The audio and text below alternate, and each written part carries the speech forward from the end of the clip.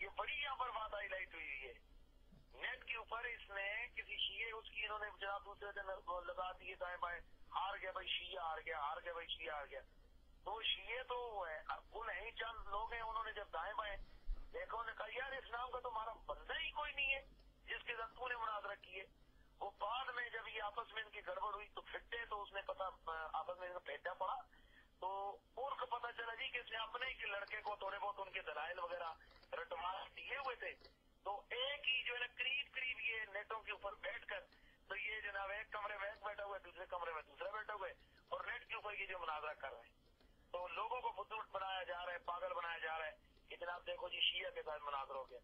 اسی طرح کئی دفعہ یہ جھوٹ موٹ کے دیوبندیوں کے ساتھ کر رہا ہوتا ہے, جھوٹ موٹ کے کبھی اہل سنت مسلک کے بریلوی کے ساتھ کر رہا ہوتا ہے.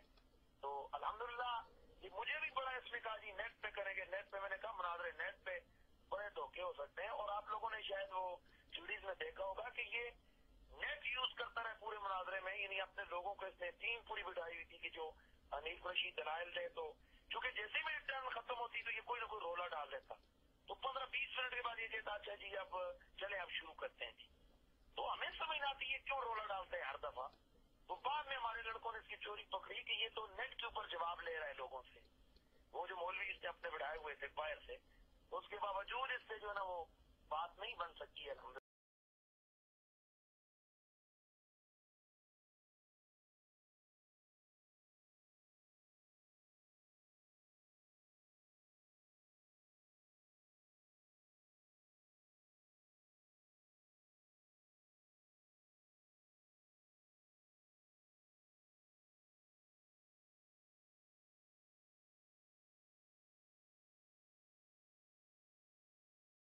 ریلیجس پروگرام ہے اور اس میں ڈفرنس آف اوپینین کی کیا وجوہات ہو سکتی ہیں. آپ کو میں بتاتا چلوں کہ سعودی عربیہ میں مسیار کی اجازت دے دی گئی ہے.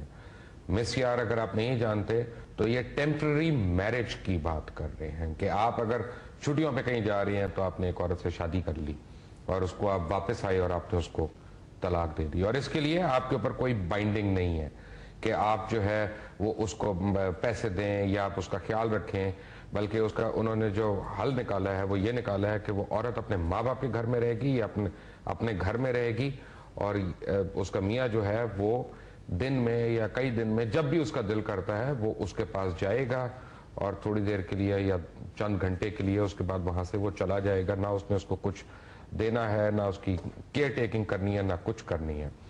جب چند سال پہلے یہ ایک پرٹیکولر اس کا فتویٰ آیا تھا تو اس کے اوپر بڑی نکتہ چینی بھی ہوئی تھی, لیکن اب تھوڑے عرصہ پہلے, چند روز پہلے کی بات ہے کہ جتنے ان کی ایک کاؤنسل ہے انہوں نے یونانیمسلی مسیار یعنی ٹیمپرری میرج کو اجازت دے دی ہے. اور اب یہ چیز سعودی عربیہ, کویت, بحرین, ایجپٹ اور عمان ان ملکوں میں بڑی فریکوینٹلی پریکٹس ہو رہی ہے.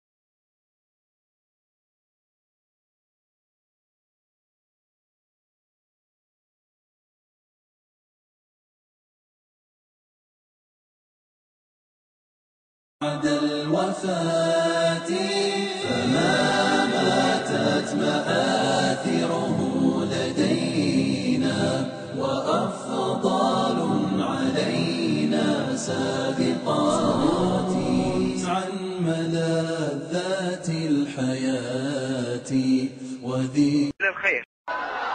یہ سعودیوں کے ریال کی جھنکار نہیں ہے کہ شاہ فہد جس کا باپ ہی پتا نہیں اس نے انقلاب لے آیا, مسلمانوں کو نکال دیا اور یہ معاملات کیے. اور سب سے بڑی بات دیکھو, جتنے مفتی کمبخت باعث بندے, وہ عبداللہ بن باز مردار ہو گئے وہ بھی اندھا, اب ایک حج میں خطبہ دیتا وہ بھی اندھا.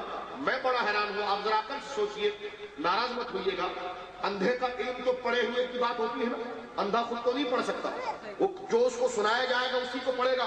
تو دوسرا سنانے والا ناپاک کو پاک کہہ دے, پاک کو ناپاک کہہ دے تو وہ اندھا پوری زندگی میں فتویٰ دیتا رہے گا.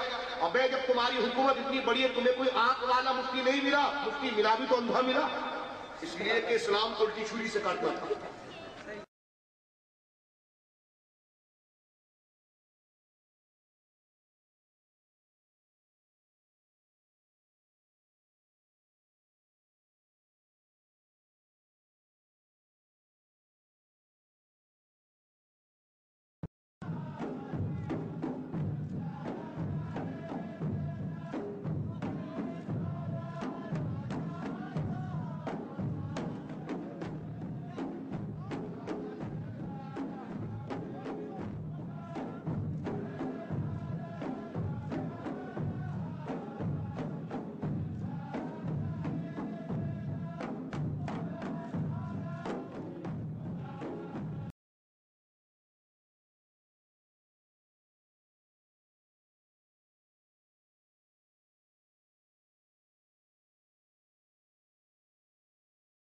دیا جاتا ہے. اللہ رحمت کرے محمد بن عبد الوہاب نجدی رحمت اللہ علیہ پر.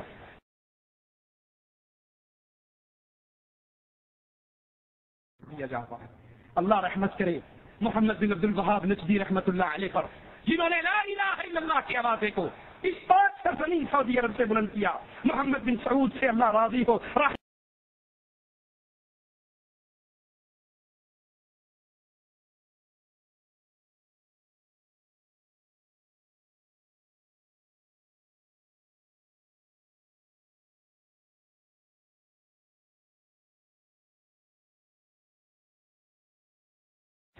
اللہ رحمت کرے محمد بن عبد الوہاب نجدی رحمت اللہ علیہ پر، جنہوں نے لا الہ الا اللہ کے آوازے کو اس پاک سرزمین سعودی عرب سے بلند کیا. محمد بن سعود سے اللہ راضی ہو رحمہ اللہ. انہوں نے ایمان محمد کا ساتھ دیا، اور یہ دھرتی جہاں پر دربار یسوری شاہ، حسوری شاہ، ایک شاہ، کاما والی سرکار کے نہیں تھے، جہاں زید بن خطاب کا قبہ تھا، جہاں خدیجہ کے دربار تھے، جہاں صحابہ کی قبریں تھی، ان سارے درباروں سے اس دھرتی کو پاک کر کے یہی تھے جہاں زید بن خطاب کا قبہ تھا، جہاں خدیجہ کے دربار تھے، جہاں صحابہ کی قبریں تھی، ان سارے درباروں سے اس دھرتی کو پاک کر کے